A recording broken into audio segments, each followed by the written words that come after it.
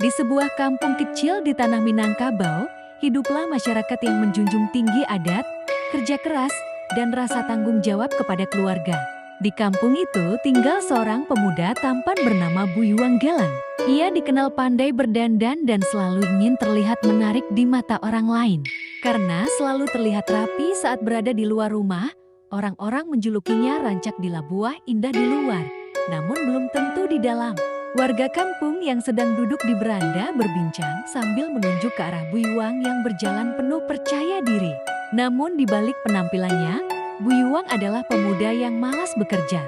Saat orang lain membantu keluarga di ladang, ia lebih senang berjalan-jalan mencari pujian. Menjelang hari raya, Buyuang ingin tampil paling mewah. Ia ingin menjadi pusat perhatian tanpa memikirkan kemampuan dirinya.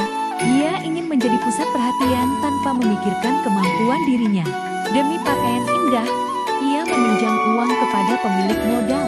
Bahkan tanpa sepengetahuan ibunya, ia menjaminkan sawah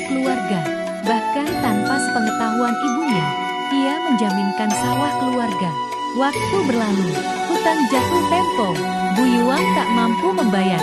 Rasa takut dan penyesalan mulai menghantui dirinya. Akhirnya, ia mengakui semua kesalahannya kepada sang ibu. Dengan hati lembut, ibunya mendengarkan tanpa kemarahan.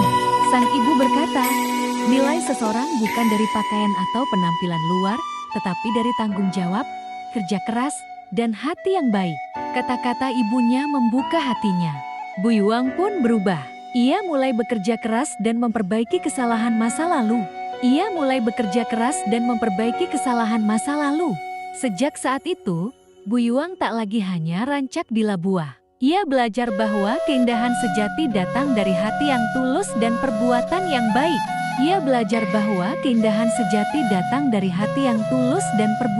yang baik.